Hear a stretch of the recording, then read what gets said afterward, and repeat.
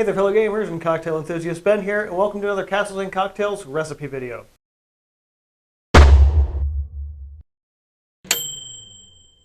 So I am running a few months behind on all of my cocktail updates for games, so we're going to go all the way back to 2 or 3 months ago to talk about the first player campaign for Splatoon 3 for the Switch. This game is absolutely fantastic. I played through most of 2 pretty late in its life cycle. But when 3 was announced and came out, I was like, yes, I absolutely have to grab this. And honestly, this is a quintessential game for any Switch owner. Absolutely essential. I highly recommend picking it up if you haven't already. So the main story and single-player mode, the game's mostly a multiplayer competitive game, but it has a really great single-player adventure in addition to that. In that adventure, you play a Inkling by the name of the given name from the heroes as Agent 3, and you have a little Seminoid sidekick named Small Fry, who is actually really awesome in combat scenarios. So I thought, what better to represent Splatoon 3 than the Agent 3 and Small Fry cocktail? Equipment for this drink today is going to be a shaker and a strainer with ice. I forgot to get ice. Always forget something. You're going to need a bar spoon to measure with, as well as some sort of other measuring device. I'm using a Japanese jigger today, and a strainer for the shaker as well. Glassware, you're going to want a short glass with ice. I actually have one chilling in the freezer already, so I'm going to set that back aside, as well as a shot glass.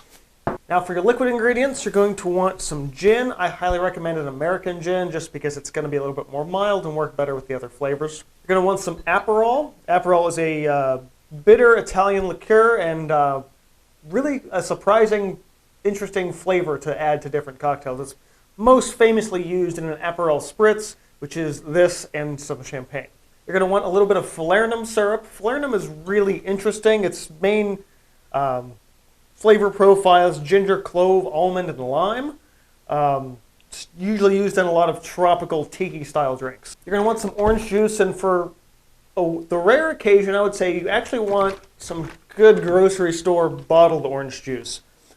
Specific reason here is it's going to be way more yellow than a fresh squeezed juice and work better, at least in terms of visually, for this drink. And the final ingredient, and probably the weirdest thing I've ever put in a cocktail before, and that is lemon pie filling. Now, if you don't want to just go and get a whole can of lemon pie filling just to make a whole crap load of these drinks, you can probably do it with some lemonade powder mix, but this is going to create an interesting texture emulsion in this cocktail. So with all of those ingredients and equipment together, let's go ahead and get started. So we will start things out by preparing the small fry.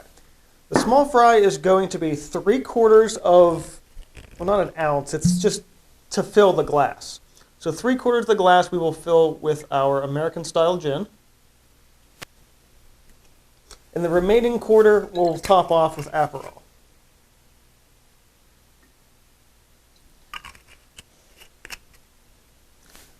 That is the small fry component, which we will set aside for the time being. And now we'll move on to the Agent 3.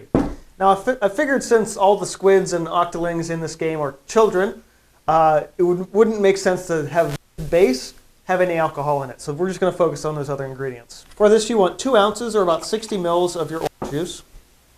Add that to your shaker with ice. You'll want a bar spoon or so of the falernum syrup.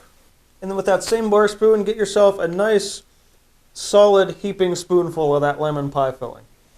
I'm going to go ahead and retrieve my glass here. And we'll go ahead and give this a quick shake.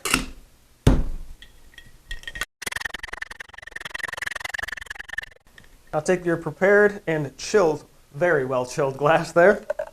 I stuck that in my freezer yesterday and forgot about it. We'll go ahead and strain that orange and lemon mixture into there. Shouldn't necessarily fill the whole glass, just enough. Now when you go to serve this cocktail, you want to give your guests the Agent 3 and the small fry side by side, but this is not a drink with a chaser or a shot with a chaser. This is both of them together, working as a team. So for that, you will take small fry, drop it down into your Agent 3, and do not stir this, just let it slowly mingle together. And that is Agent 3 and small fry.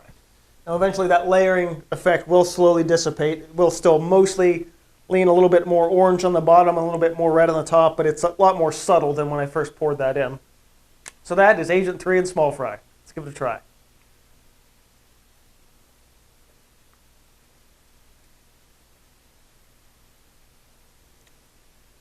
This is very strange. It's a little bit bitter, thanks to the Aperol. It has that herbal quality to it, but it's very, very smooth. The pie filling creates this silkiness to the whole cocktail and just slides all the way down your throat that way. Sweet, citrus, but not like powerful sour citrus. It's the orange juice, but it's also, yeah, and then the back end is just a little bit bitter. The Falernum adds a little bit of complexity to it. I think Philly just kind of rounds it out. It might get lost a little bit in this, but this is more or less just a basic gin and juice with a little extra finesse. I would say alcohol-wise, you might get a little bit of a burn, but it's not a ton there. It's maybe like 5 out of 10. This probably isn't my best cocktail, but this is definitely something that I would say is pretty good to sip on, and especially if you're back and forth between matches in a competitive game or something. It's like, okay, the 3-minute match is over. Let me just grab a quick sip of this and go ahead and get back into it. So, Agent 3 and small fry. If you make it for yourself, let me know what you think. If you have tried or are thinking about picking up Splatoon 3, let me know in comments. And as always, this has been for Castles and Cocktails, reminding you to keep on gaming, drink responsibly, and I will see you guys next time. That's such a bizarre flavor.